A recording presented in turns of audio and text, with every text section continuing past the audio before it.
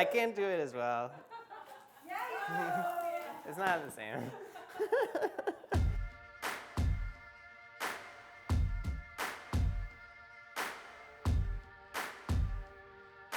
Welcome, my name is Josh. I'm the test kitchen director. We're actually not in the Food 52 test kitchen today. We're in the Food 52 video studio. Slightly different, but same show. Today we're talking about one of my favorite topics of all time, fresh pasta. We get a lot of questions from the Food 52 community members. What are the ratios? What should the texture be like? What different things can you add into the dough? We're gonna answer all those questions today and more. Everyone will have a slightly different proportions for making fresh pasta dough. There are a few sort of variables that you can play with. Let's start with the egg. The more yolks you add to your pasta dough, it's gonna be a richer and sort of denser dough. If you're going for like a toothsome bite, like how people call al dente bite of pasta, you want more yolks in your pasta dough. The more whole eggs or egg whites you add to your pasta dough, it's gonna give it a softer, silkier texture. Maybe if you wanna roll something out really thin and have it be like an extremely delicate bite of pasta, you'll use more whole eggs or egg whites. That's one thing you can play with. When it comes to flour, the most typical flour used in making fresh pasta is an Italian type of flour. It's called 00 pasta flour. Depending on where you live and how humid the weather is even, the pasta dough can vary slightly from day to day. If one batch of eggs is different than the next batch of eggs, it's the sort of thing that you need to just do it once, sort of understand how it feels in your hands, and then do it a few more times to get comfortable with it. I'll give you some basic rules to make sure your dough comes out right, but I'm not gonna give you exact measurements.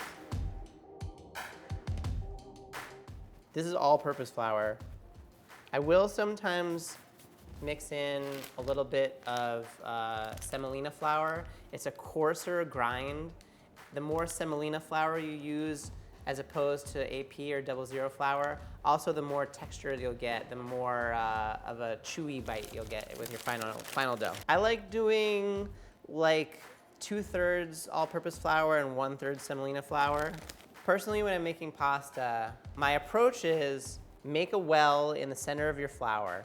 You're gonna add a combination of whole eggs and egg yolks until you reach sort of like the crest of that well that you've made. That was 2 whole eggs plus 3 yolks, and you could see now the liquid from those eggs and yolks is coming sort of right up to the top of the volcano that we've made. At this point, I'm gonna mix the eggs in the center, and I'm gonna slowly bring in more and more flour, like incrementally, until it starts to look like a dough, and then I'll take it out of the bowl and we'll start to knead it. Some people add a pinch of salt here. You can add a dash of olive oil. What I love about Italian food is the variety. There's not one way of doing something correctly. It's all good. It's at a point now where the eggs and the flour are starting to combine. At this point, I'll ditch the fork and I'll start to use my bare hands. It's really important to feel the dough with your hands. There's a sort of like a sense memory. After you've done this a few times, your hands are gonna know when to take the dough out of the bowl and start to knead it, basically. I like to start with a wetter dough because you can always add more flour to make it as dry as you need it. If you get a dough that's too dry, it's hard to add moisture back in. So at this point, the dough is starting to come together. I'm gonna take it out of the bowl. It's important at this point to wash your hands and start fresh. I wouldn't wanna start kneading the dough with these like crummy hands, because if one of these little dry sort of flecks gets into my nice perfect dough, you'll have perfect dough with one little crumbly bit of junk inside, which you don't want. This is the dough rescued from the bowl. You can see this is too wet. If I press it, it's sort of sticking to my hand. It's gonna stick to the table here. I'm gonna keep adding sort of a half of a handful of flour at a time until it gets to the texture that I prefer. This sort of ensures that your dough is always gonna be exactly the way you want it. If you're blindly following a recipe that tells you this many eggs and this much flour, and then if your dough gets too dry, it becomes harder to fix. The story of pasta dough is sort of the story of gluten. Gluten is in the wheat. It's a protein. When you first start out with a ball of pasta dough that hasn't been kneaded yet, the gluten strands, the protein strands, are like a bunch of slinkies that are all tangled and twisted together. And as you knead the dough over time, those slinkies of gluten are getting untwisted and realigned, and they're sort of straightening out. And that's what allows pasta dough its unique characteristics. Pasta dough ideally should be able to stretch, but also it should be firm enough that it won't rip. So now I'm at a point where I can work with the dough and it's not gonna stick to my hand, it's not gonna stick to the table. Right now, as I stretch the dough, it's gonna tear. You can see it sort of tearing pretty easily. After about 10 minutes of kneading the dough, it's gonna look smoother. The color is actually gonna lighten slightly. And when I do this move, instead of tearing, it should just stretch and maintain its sheen. That's a good test to know, did I do enough kneading, am I done yet? You do this move and you see the degree to which it tears. So this has been about 10 minutes.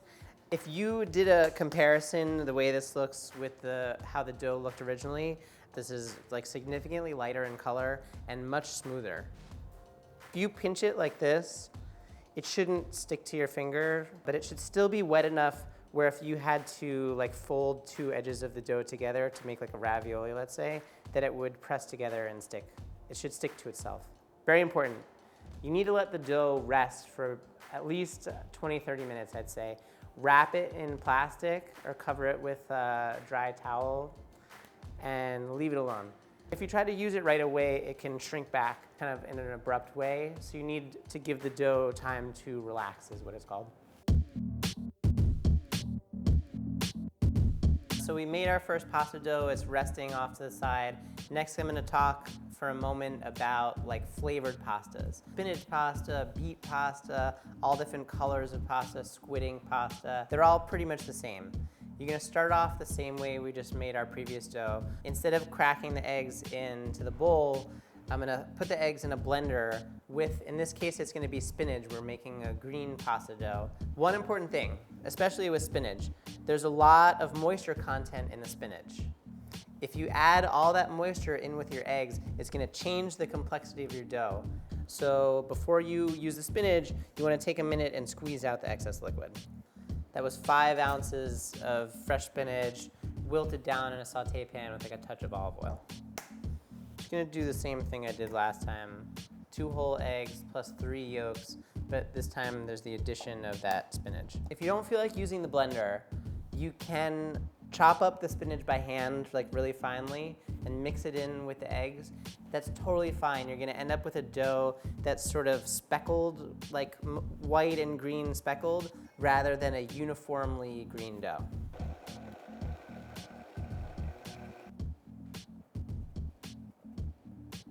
You bring in the flour a little bit at a time from the outside. It's the same technique if you want squid ink, beets for like a sort of pinkish pasta color. This is easier to work with. It's like a softer dough because the extra moisture that the spinach adds to it.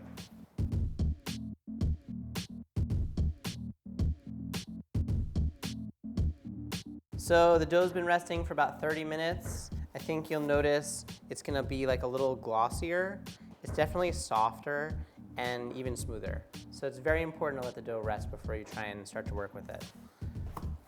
First things first, you want some flour down just to make sure it doesn't stick. I generally work with a little bit bigger than a golf ball, a little bit smaller than a tennis ball amount of dough at a time. The dough that you're not working with, you want to keep it wrapped up. When you're rolling out pasta, this is electronic. Some use a hand crank, some roll it out with a rolling pin, or it's called like a mattarello, like a big wooden stick basically. All those ways are good ways to do it. There's no better way. The important thing is to just go incrementally. If you took this dough and you immediately tried to go on a very thin setting, it would shred. You need to start out on the widest setting, pass it through, go a little bit smaller, pass it through, a little bit smaller, pass it through, until you reach the thickness that you're looking for. This first pass through is a good test to see whether we kneaded the dough for long enough. If you pass it through and it starts to shred, it's a sign either that you didn't knead it for long enough or that your dough is a little bit too wet. You can add a touch more flour. So this first pass through looks pretty good. There's a little bit of texture on the dough. I'm gonna fold it over against itself and pass it through again. I'm gonna do this a few times until I feel like the dough is looking nice and smooth. At this point, I'm gonna give it a little bit of flour and start to roll it thinner.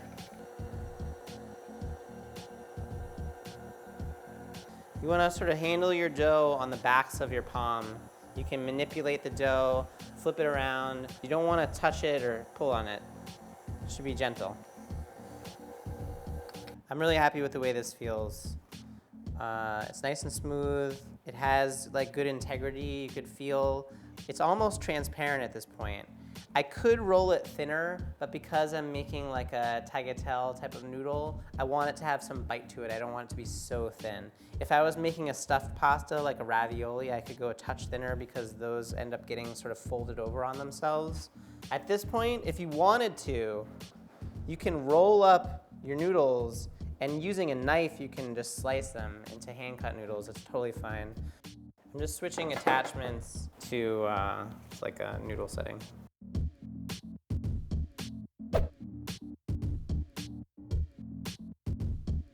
Once the noodles are made, you can take these, put them in a bag or any type of storage container you have, and put them in the freezer. They'll last for a few months, just like this in the freezer. And then when you're ready to cook them, you take them out of the freezer, you drop them directly in boiling water, and they'll cook just like anything. So the dry pasta will take 9 to 10 minutes to cook. Fresh pasta should take 1 to 2 minutes. As it starts to float to the top of the pot, that's when you know it's pretty much done. We're gonna cook the fresh pasta in a butter and sage, and we're also gonna cook a fresh pasta in a garlic chili oil kind of a sauce. We're gonna cook the dry pasta in the same 2 sauces. We're gonna taste 4 different pastas, 2 different sauces, and see if one sort of feels more natural than the other, if we have preference for one versus the other. Welcome to the video studio. 4 different pastas, more than we can eat probably, but I'm excited. Me too. Maybe we could start with the fresh, okay, and like switch, and then we'll do the dried and switch. I love pasta. Have you ever made fresh noodles before? I have not, although I've always wanted to try, but well, you'll have to lazy. watch this video after we're done eating. Should we switch?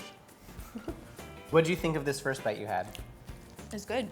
It's feels like there's like a little cream in there or something. It's hard, I gotta say, if you have the spicy one first, I feel like it's a little bit harder to go back to this one. I like that you said that this had like a creaminess to it. There's actually not any cream in it. Really? But the butter, pasta water, and cheese sort of mix together to make a creamy sauce. Ah. And there's some fresh sage leaves in there. It's really good. And that is a sauce that's more typical of like northern Italy, which is where these noodles come from. This sauce is more typical of southern Italy because it's made with olive oil, chili flakes, garlic. So normally it would actually be paired with these noodles. So next I guess we could taste the dry noodles and see if we have a preference like for a particular noodle for a particular sauce combination.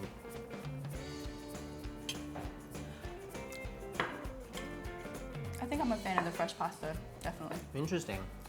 Why do you, is there like a textural difference or? You know, actually normally I like my noodles like this, like al dente, has a little more texture to it, but it's just, I don't know. Right, because these are these are a little softer, sort of silkier. Yeah.